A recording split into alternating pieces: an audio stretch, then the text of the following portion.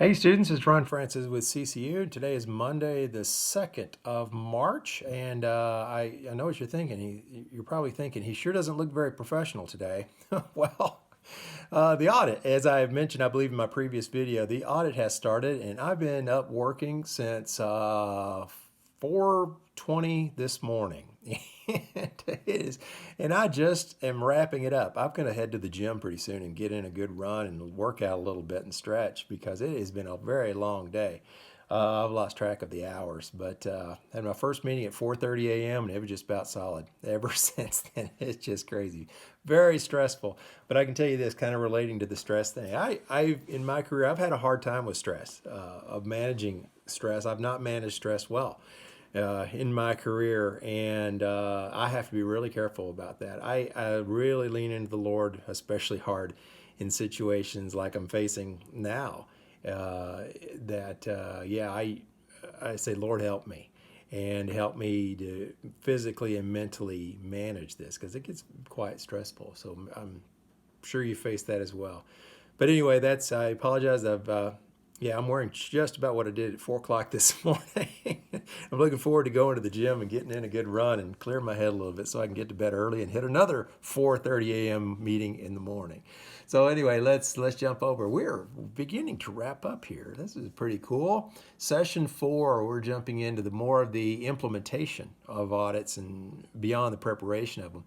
So in our discussions, I'm looking over here, in our discussions, we're going to be talking about FERPA. That's the Family Education, I have to look at my notes, Family Educational Rights and Privacy Act. So basically what that's about is that, as you can imagine, all sorts of educational institutions, starting from kindergarten on up through college, are gathering a ton of information, personal information about you, way beyond the grades and stuff that you're making, but the subjects that you took, the degree plans that you took, even perhaps behavioral information, insurance maybe related information on you. So there's very strict rules that were set forth by the Department of Education, by the way.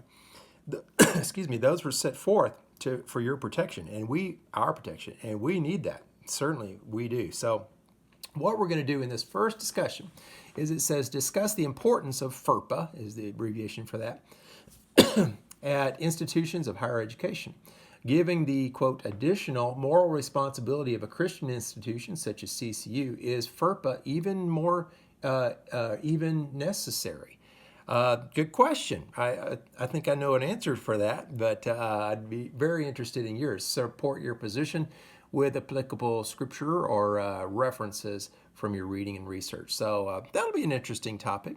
And so that's our one and only discussion this time. We're also going to write a FERPA paper. So I'm just going to read this one to you. FERPA is applicable at all levels of education, elementary, high school, undergraduate, and graduate.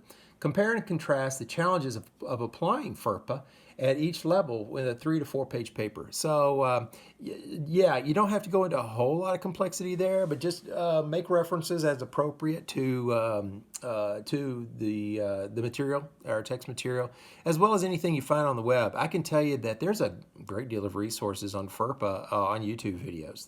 That's perfectly valid reference for me, as long as it's a reputable source.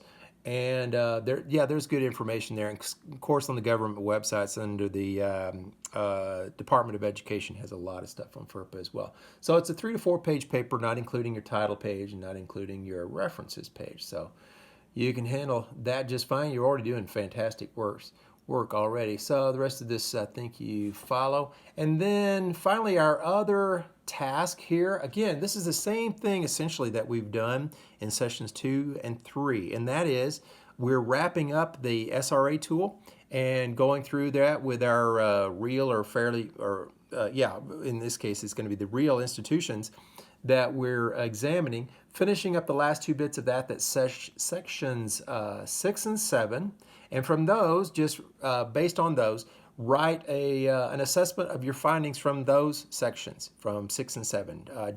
Just generalities. What are you finding? You're both.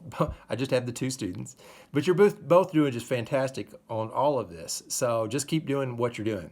You're just doing great on it. Let me know if you have any questions at all.